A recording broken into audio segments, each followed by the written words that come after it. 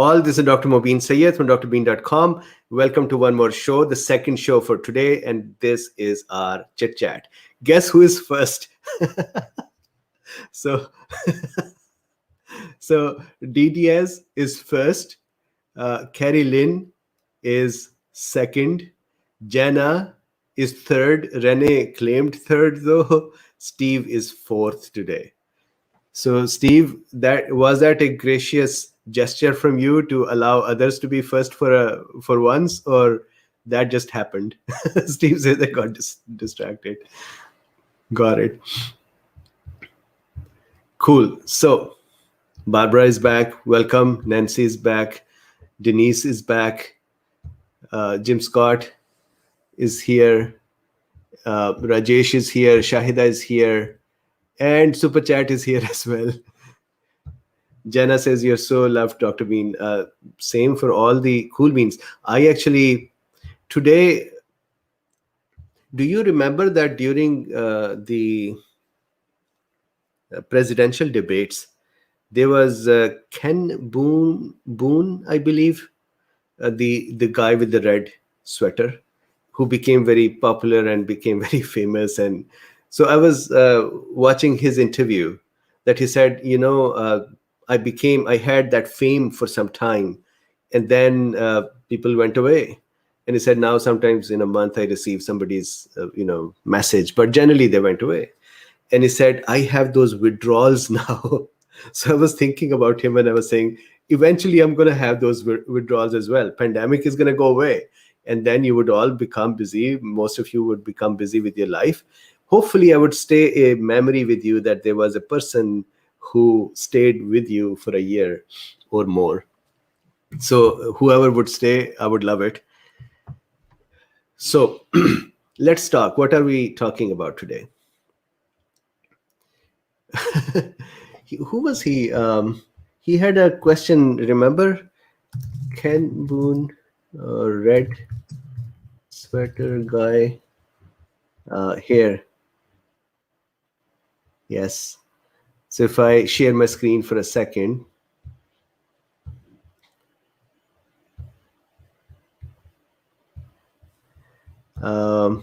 Here, Kenneth Boone and his red sweater.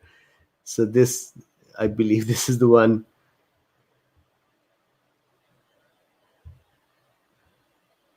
Remember this person? 2016 presidential debate. So he became very popular and he became very famous, and he had so there are some interviews about him that his popularity and fame went away. So he was saying, I became popular when I was in my 30s. And he said, I have more life to live and I have nothing to do. That popularity is not going to come back to me. And I felt sad for him. So maybe one day we should send him a letter of hello. Okay, so let's start. What are we talking about? Jon Scott says, C19 does not need to account directly on DPP4 as MERS does to disrupt it. Disrupting ACE2 will reduce expression of ACE and DPP4, and that means also they are complex together. Got it. Thank you, John. Nabu has a question. If the IgA fade away, the vaccinated people can shed virus, can infect others. Yes, so I would, so far from the studies that I'm seeing, one study says IgA is not found. Other study says IgA is reduced. I would suspect, just like other memory cells, that the IgA production is also going to be reduced if you are not challenged again. And the reason is very simple. Throughout our life, we are exposed to so many tons of antigens. Imagine if our immune system cell just keep producing antibodies against all of that, then our blood will be such thick goo and glue with all those so many thousands and millions and billions of antibodies sticking in there unnecessarily. So our immune cells do not continue to make these proteins, they go to sleep. They are there. Once we are exposed again, within 24 hours, they become active and start making it. So maybe if we are challenged again, IgA production by the immune cells here will start.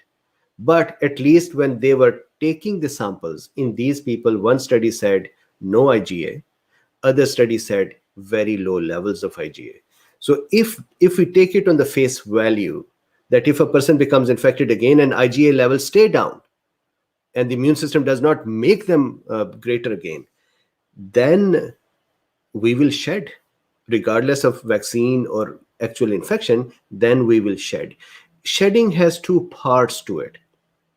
One is the virus that came in is shed back. That is going to be a very tiny amount. The second part of shedding is the virus comes in, gets attached to our cells, infects them, replicates in them, increases in number, comes out, and then becomes part of the saliva as well, and then is shed. I am suspecting that the second part is more important than the first, and the second part will be lower in quantity. So, Nabu, to your question, the short answer is yes. A little more qualified answer is yes, but in lower quantities. And I would think after 24 hours that shedding would stop, because immune system cells, B cells here, will become active within the 24 hours, and they would start making IgG and IgAs. And so if I don't have the IgA right now, but I got exposed, within 24 hours, I would start making IgA and my shedding would reduce.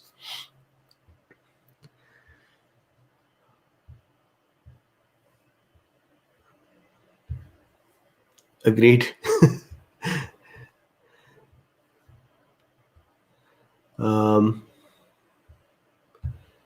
Thank you. CMEs. Absolutely. So for CME, become part of the Drbeen as well. Aloha. So there is a super chat, no questions, only answers. Thank you very much. There is another super chat here as well, Real World. Thank you very much. Hakan says, oh yeah, hell yeah, I'm getting my CMEs with you in the future. So absolutely, Drbeen's site, we have CMEs. There's a question from Kamran. After listening to today's topic, I think now I understand that whatever I ask about antibody tests and its interpretation, why you gave a pause, it's complicated. It is, because when we look at the antibody results, the result for, so if I can draw, let's see. If, let's say, we look at a single person's journey through the infection, and let's say the person was never infected before. So day 0 got infected, never infected before. So no IgGs, no IgMs, no IgAs. Good. Becomes infected. Then they would start having symptoms, mean time 5.1 days. It has been known to be even up to 28 days. Normal is 2 days to 14 days after the infection. Mean 50% of the population is within 5.1 days. So now let's say the symptoms start here. Still the innate arm needs to become active, then the adaptive arm will become active.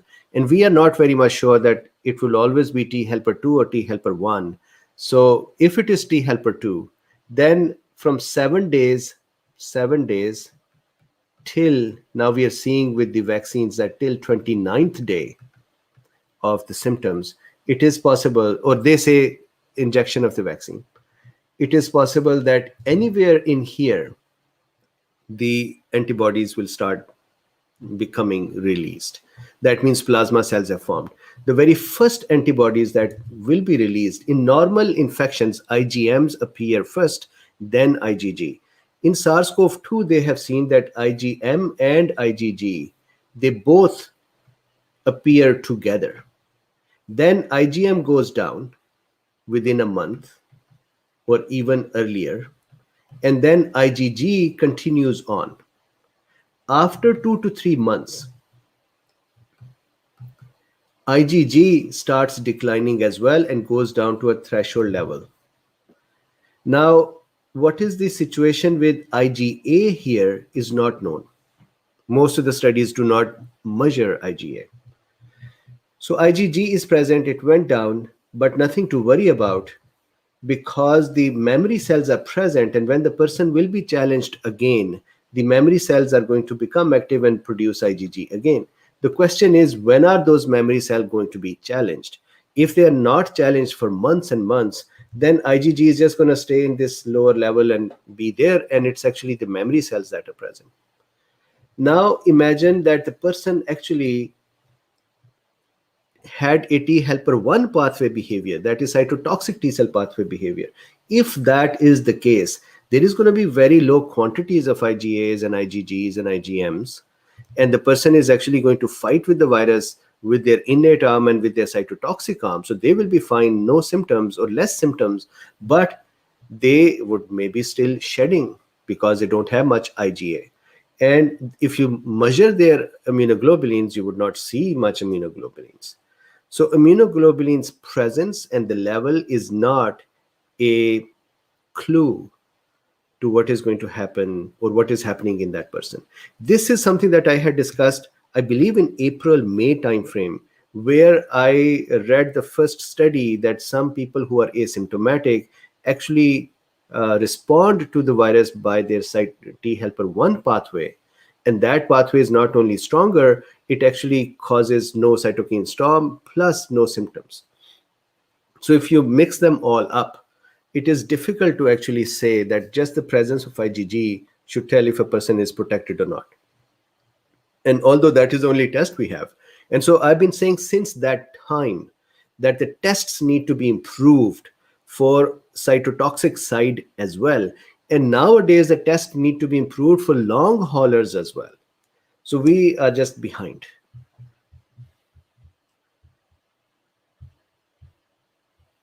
Good question, Kamran. Okay, what else? So there is a question from the one and only. The one and only, just looking at your capitalizations now, I know you are the one and only. Question, have you heard if a side effect of Pfizer vaccine is a triggering of anxiety and nervousness? I have not. Let me see. Pfizer vaccine triggering anxiety and nervousness. So there are reports of anxiety and nervousness because of the fear of vaccine, but I'm not seeing vaccine causing it.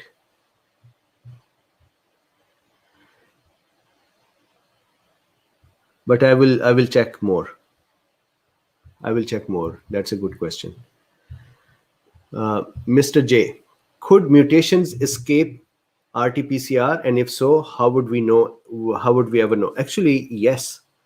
And what happens is, this actually, we discussed it when the UK variant came together and or came into the light. So let me show you what happened.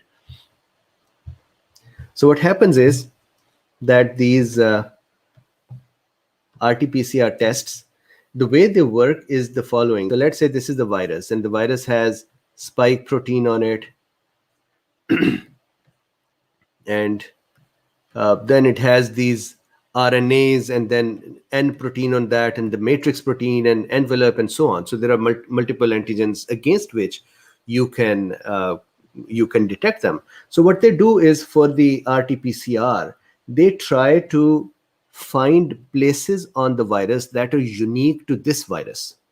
Otherwise, when you take a swab from the throat, you're going to take so many various kind of viruses and their RNAs that when you are going to amplify them, you're going to see so many tons of type of RNAs. Our throat has so many kinds of viruses sitting in it all the time. So how do we then detect SARS-CoV-2 from it? What they do is that they look for unique places of that virus's RNA that is unique to this virus. So in the case of SARS-CoV-2, there is a lot of uniqueness on its spike protein. So what they do is, in the testing, they look at least 3 areas. They call them signals. They at least look at 3 parts of the RNA to triple make sure that this is SARS-CoV-2. So maybe they have a unique area here, they have another unique area here, and they have, let's say, another unique area. I'm just going to make up something here, let's say here. So they don't just test one part of the RNA, they test three different parts of the RNA to make sure that if they are all lit up, if they are all on, that means this is for sure SARS-CoV-2. So now when there is a mutation in the spike protein area, there were some tests who had one signal failed. And the UK variant, there was a study that looked at the prevalence of the UK variant based on the failed signal of the test. So for all of those folks in whom out of these three tests, out of these three signals, one signal was failing, they declared that that is a variant. And there was a specific kit that by accident looked at that part of the spike protein that had become mutated. So not every test, RT-PCR test failed or kit failed. There was one special kit or by a company that was looking at that specific part that got mutated, and that one signal of that kit was failing. So they then used that to see what was the prevalence. Beautiful question. So now here is the bad thing. The bad thing will be if all three signals failed. If that is the case, we would have our virus and we will not do RT-PCR. But because clinically there are going to be the signs and symptoms of the virus, then they would have to figure out what is going on with the test. So far, this is Luffy playing with his catnip. So far, just one signal has been failing in some test kits.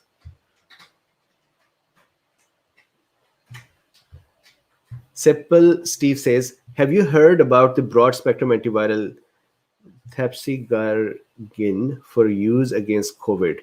No, I have not. And I'll look at it and then maybe even take a note and talk about it.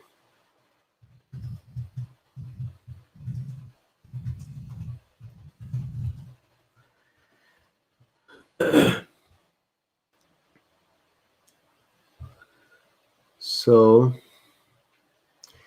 Thapsigargin could be used as an antiviral to treat COVID-19, study shows. So I'm going to take this note, Steve, and I am, is your first name Seppel or Steve? And I would talk about it. Gold Country Russ question: which test will provide the most useful info 3 weeks after a PCR test? Sorry, question: which test will provide the most useful info 3 weeks after a positive PCR test, antibody or nucleic acid? Any other useful test I should ask for? I have a recent D test result. So vitamin D is important. That should be done separately anyways. And then antibody test is important. Nucleic acid test is for active infection. So if you get that, that is good. You will know that if your body has been able to clear the virus or not. Antibody production tells you if you have developed the immunity or not. So I would actually get them all. But if you just wanted to know that your body has developed the protection, then antibody test. I saw one more question.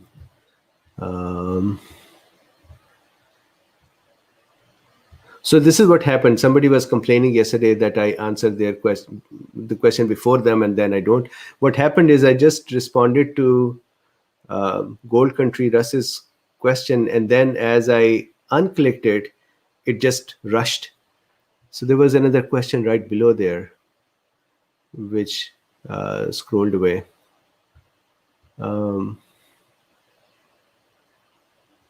Okay, so my apologies, it scrolled away.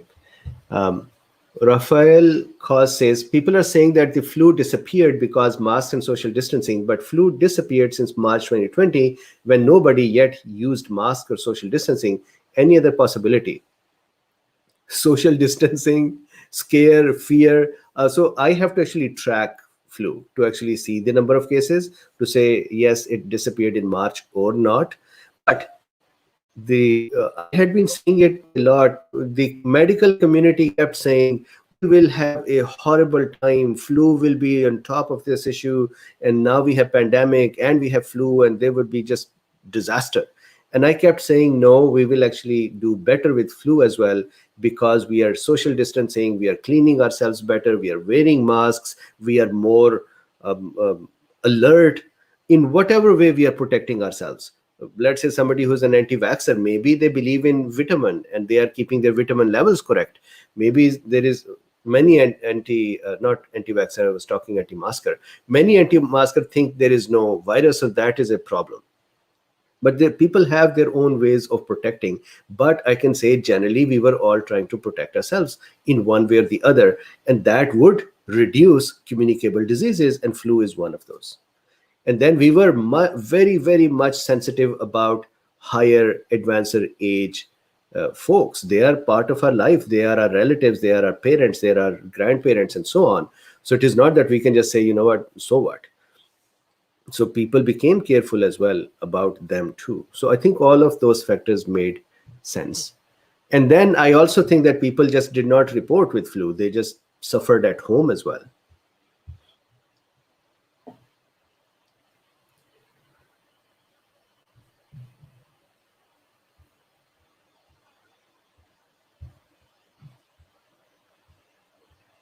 Machiavelli says virologists say that we are in for a category 5 surge. For me, it is very simple. Surge will only occur if we start mixing and coming close as before, or in the old care homes if it spreads. So without that, it's not going to happen. So I think as long as we are careful in whatever way we can be careful, we are not going to have the surges like that. Surge would occur, for example, let's say we are all vaccinated to SARS-CoV-2. We are not afraid of SARS-CoV-2 anymore. We start going out and the same behavior, probably even more mixing than before, because now we are so, I was telling my wife, I'm so bored that I just do not know what to do. I'm bored. And so I think people are going to go and meet and compensate for all of this time. And then some surges of communicable diseases will occur. Janet Taylor says, my doctor changed my dosing ivermectin 3 milligram, 1 tablet Monday, Wednesday, and Friday. I haven't started yet, trying to research before. I weigh 135. Gain 20 pounds. Janna has lots of information here. So 135 pound to kilograms. 135 pound to kilograms is 61 kilogram. So 61 kilogram multiplied with 150. So 61 multiplied by 150. That will be, so about 10 milligram per day is the dose. But that is a dose once. So maybe doctor wants to divide it, and that's his decision. Gina says, question, I take 1 spoon black seed oil now because of you every morning.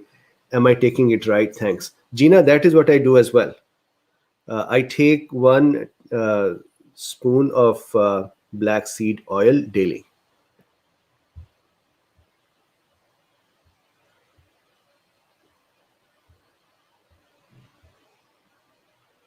AJ says, could influenza be less in north, be for reason of no travel from south?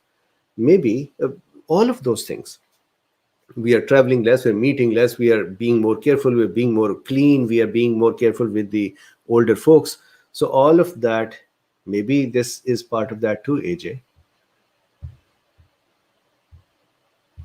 Eddie, so there was a super chat by Eddie.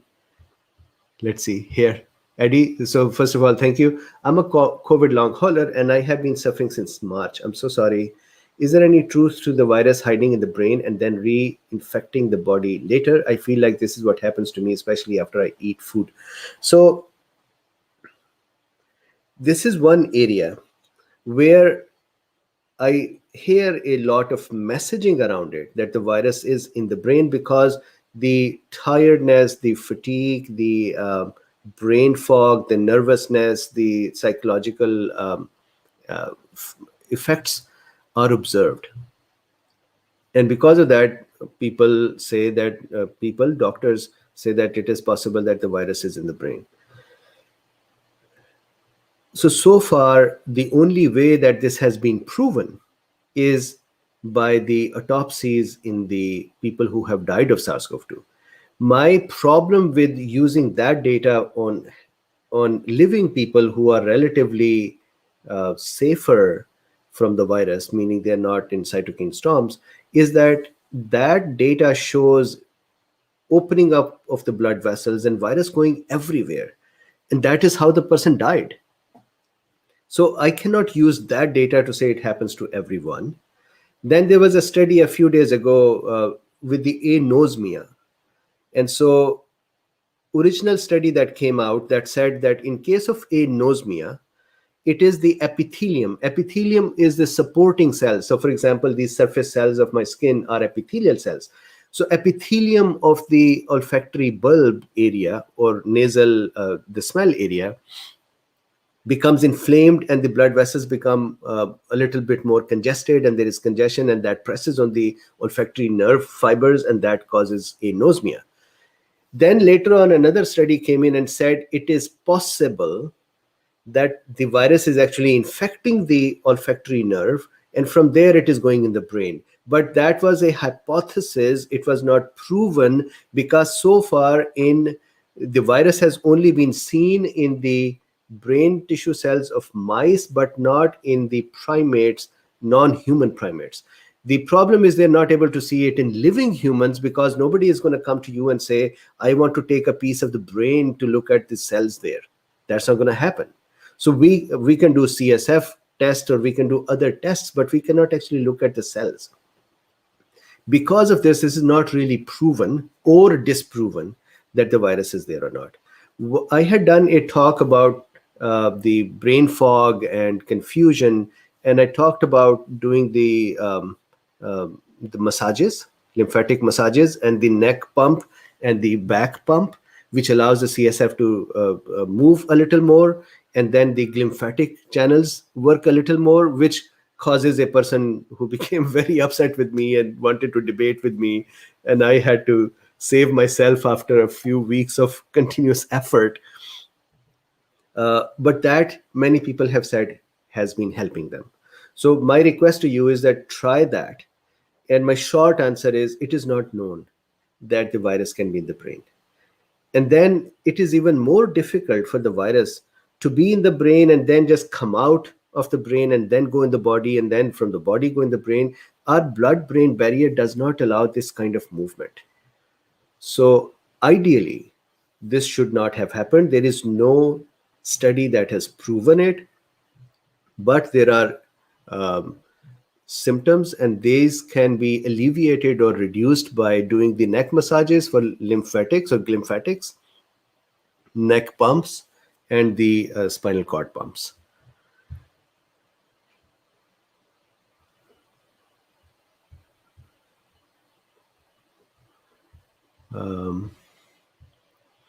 There's one more super chat here. N. Radowski, Sky One, got 2 shots of Pfizer vaccine 2 weeks after the second shot. IgG is 0. Why am I protected? So 2 weeks after the second shot. By this time, so my assumption is you got the shot 1, then 21 days later got the shot 2, and then 2 weeks after that.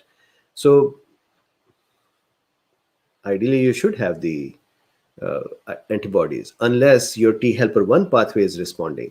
If your T helper 1 pathway is responding, yes, you're protected, but antibodies would not show that. So without seeing the cytotoxic T cells, we can't say that you're protected or not. And then the cytotoxic T cells that react to SARS-CoV-2, because we all have cytotoxic T cells that are active. And if you take some cells from my lymph node or my blood and you mark them for CD8 marker, you would see cytotoxic T cell, but are they reactive to SARS-CoV-2 or not? That is only going to be done in a lab with SARS-CoV-2 challenge to those cells. So cannot say if you are protected or not, because until we have the T cell behavior known, we can't say. If I assume something here, and so please don't sue me, if you are normally healthy, you take care of your infections well, you are healthy, you have a healthy immune system, then ideally, if you don't have antibodies, then your cytotoxic T arm is working.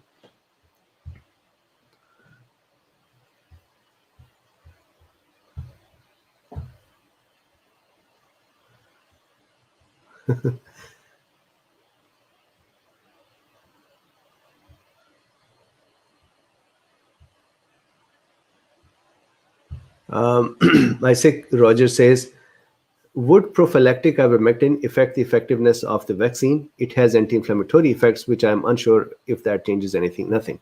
So I have done this talk. I think I should make this video as a separate video, because this is the most common question. If we look at it very quickly, I usually make this little diagram for the ivermectin and the vaccine. So I'll do it again. So let's say here is a cell. When the SARS-CoV-2 comes in, it will bind. So this is SARS-CoV-2. It will bind to the ACE2, correct? ACE2 here, this guy. First function of ivermectin is that it can actually sit here and block this binding. Now, if it is vaccine is not going to enter using the ACE2. So no effect of ivermectin in this function. So number one, ivermectin, no effect. Then let's say that the virus has entered the cell and the viral RNA has become available inside the cytoplasm. This RNA is going to become connected with the ribosome, and the ribosome is going to start making the polyprotein, correct? Now, for this process, the ribosomal working, ivermectin doesn't do anything. So in case of vaccine does this as well, that vaccines RNA would come in lipid particle or from an adenovirus, and that RNA will, in the case of adenovirus, it is a DNA that will go to nucleus first and become an RNA and then come out. Eventually, it will be an RNA, which would go to ribosome. Ribosome will make polyproteins. Ivermectin does not do anything to this process. So ivermectin doesn't do anything here. Now, third step, this virus's polyprotein has to enzyme RDRP and 3-chymotrypsin-like protease.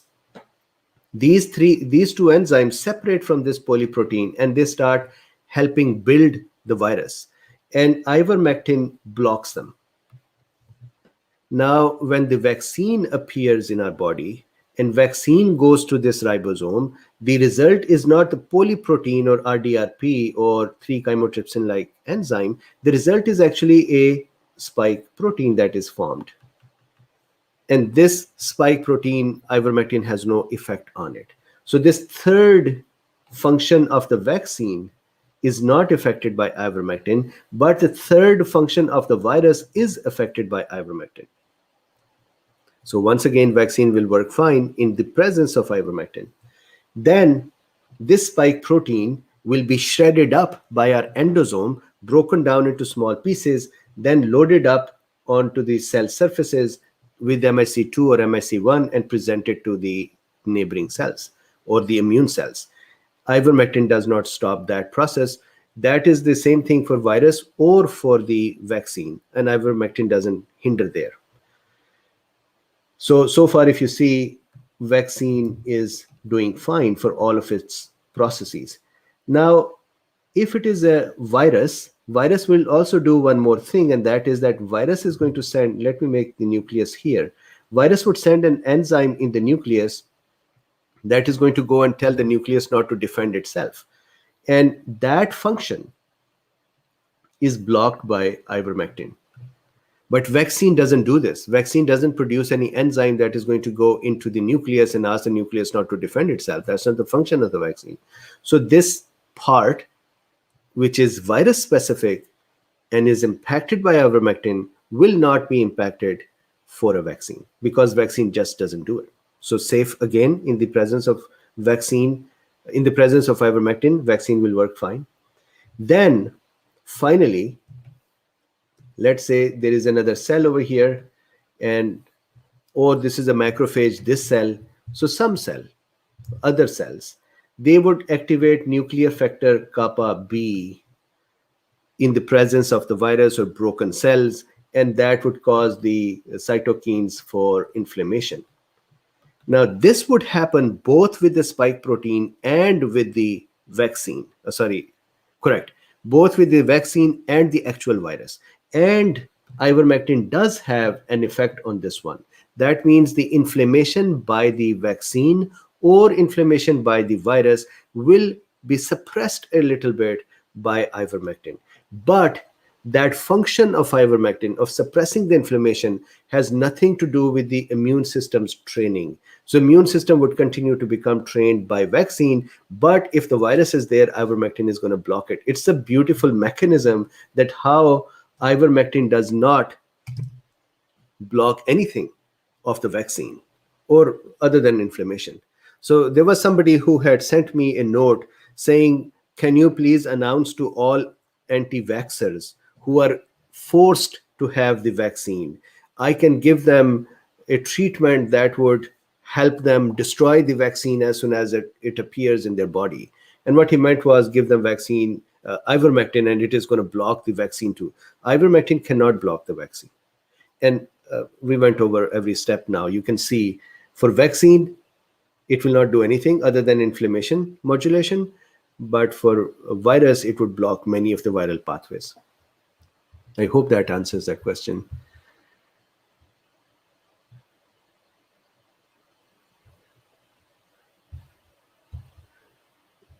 Is Steve leaving?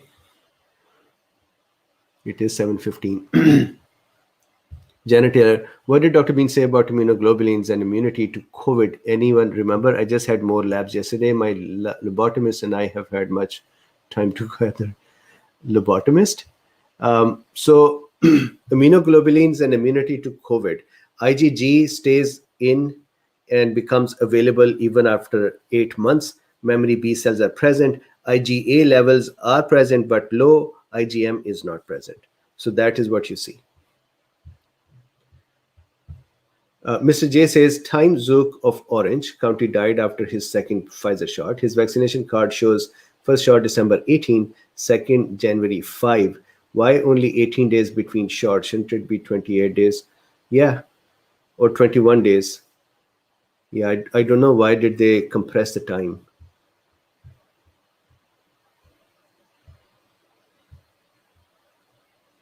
Steve is leaving. Good night, Steve. We'll miss you.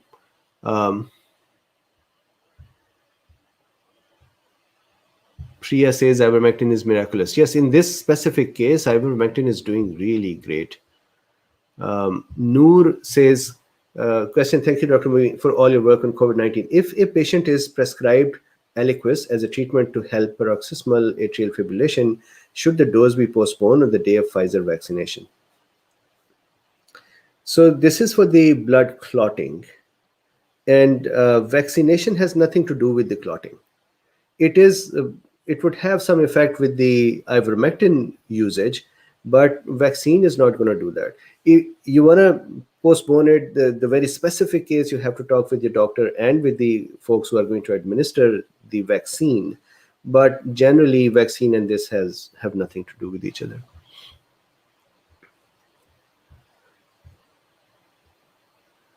Denise, I have, let me very quickly show you. If I go to YouTube, for example, and say neck lymph massage, you would see so many great videos where they talk about how to massage for this, and so many people have sent me messages that they have tried it and they felt really well.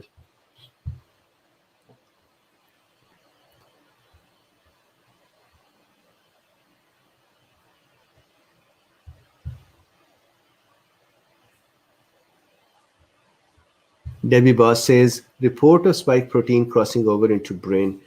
This is interesting. Debbie, can you send this to me on Twitter? I know it's going to disappear here in my live chat, and then I'll have to go and hunt it. If you can tweet this at me, I can then go and look at this.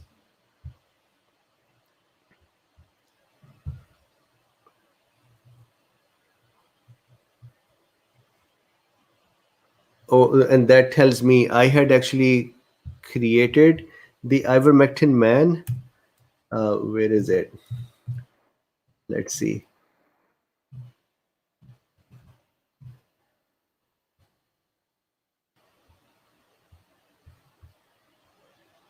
Here. I had promised yesterday that I'll make the ivermectin man, and we'll see if we can decide which one. So if you see here, this is the ivermectin inside the cell, but I don't know if it would be that clear or not on the t-shirt. This is another ivermectin man I made with a little bit more clearer lines. And I was thinking to make this on the t-shirt front, and then below that, the mechanism of action of ivermectin. What do you think? And it is interesting that that Twitter removed my mechanism of action of ivermectin discussion. Almas says, question, people on anticoagulants can develop at the site of vaccination? Can develop what, Almas?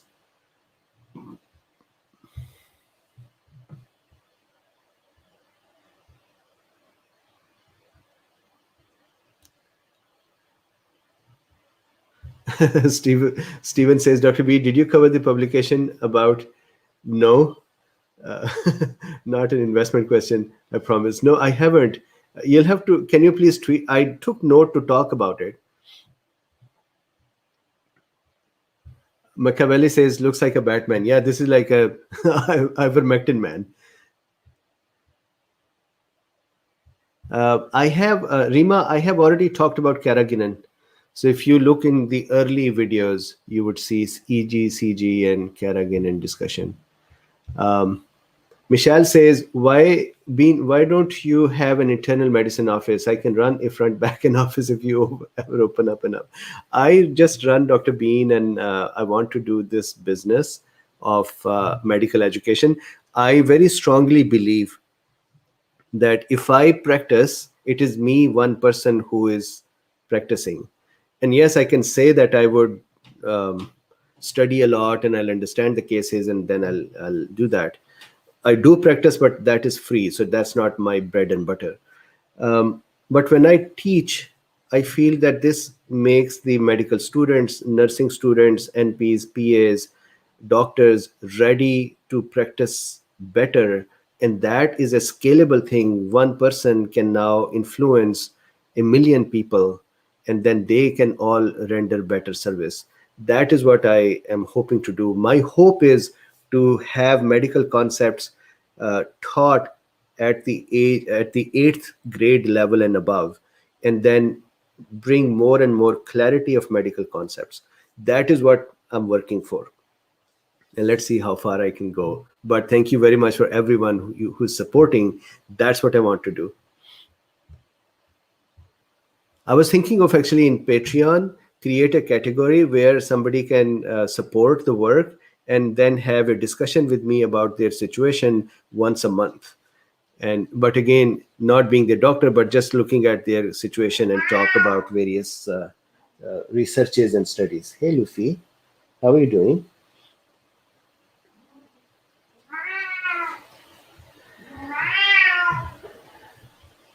Let me open up the door for Luffy. I think he wants to go to the next door. Luffy, you want to go?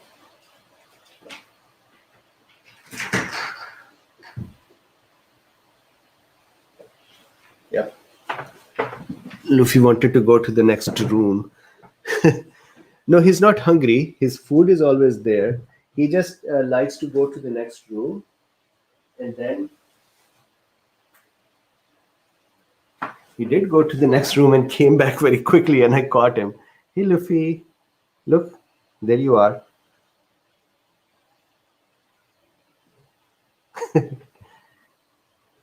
All right.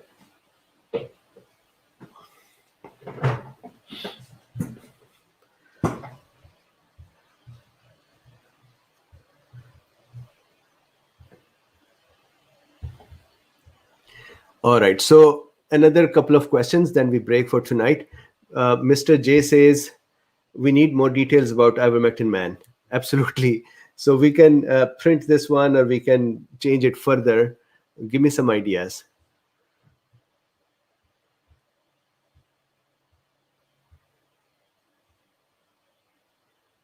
John Gulf says diabetes and overweight is Mackay. TC says you're a great educator. Thank you very much. Mano G says, Mao GMA says cute. Yes, Luffy is cute and vocal. AS says, question, why do you recommend an antibody test to be taken after the second dose of Moderna vax? Do you prefer antibody tests that give an actual number of, or just positive, negative for IgG? Thank you. Some of my patients have done IgGs. And when they do actual threshold for the tighter protective level, the thresholds come down lesser. So I don't think that there is a number yet for vaccine to say this is the kind of threshold it would produce. So at least positive, negative should be done if somebody wants to.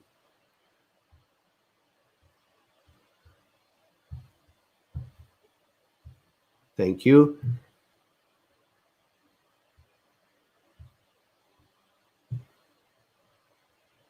Thank you. Thank you. Thank you, everyone. So Patricia says antibody test may be useless to check after vaccination, depends on the protein. Patricia, which protein? Yes, so I was Zigzag. I was looking at, so Zigzag says my daughter says Novavax might be available early spring. Just asked her. Yes, so they are getting ready. I saw an article about them.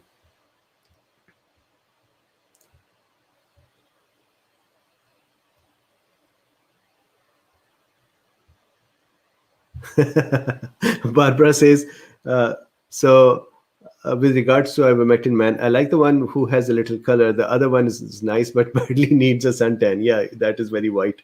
Okay, so I will use this one on this side.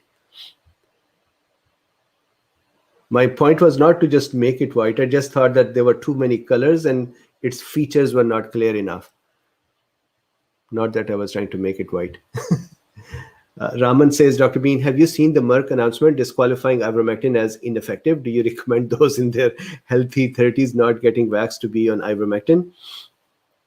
So I have never generally said that take ivermectin or not. That is between you and your doctor. My patients, whatever their age, as long as they are not in the contraindication area of the ivermectin, I give them ivermectin for prophylaxis. The question of vaccination and ivermectin, vaccine will provide immunity and then you're done. Ivermectin, you just have to continue to take and keep wishing that it is going to work and it is effective.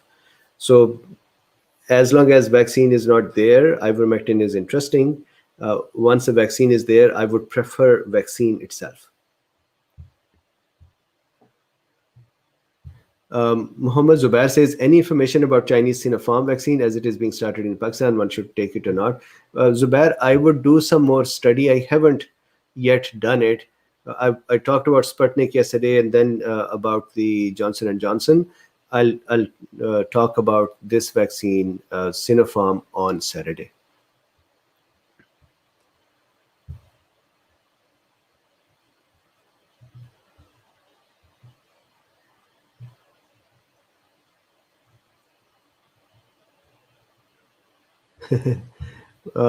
France says, we thought of Secret Agent Man theme sound. I forget which cool thing came up with it. Cool.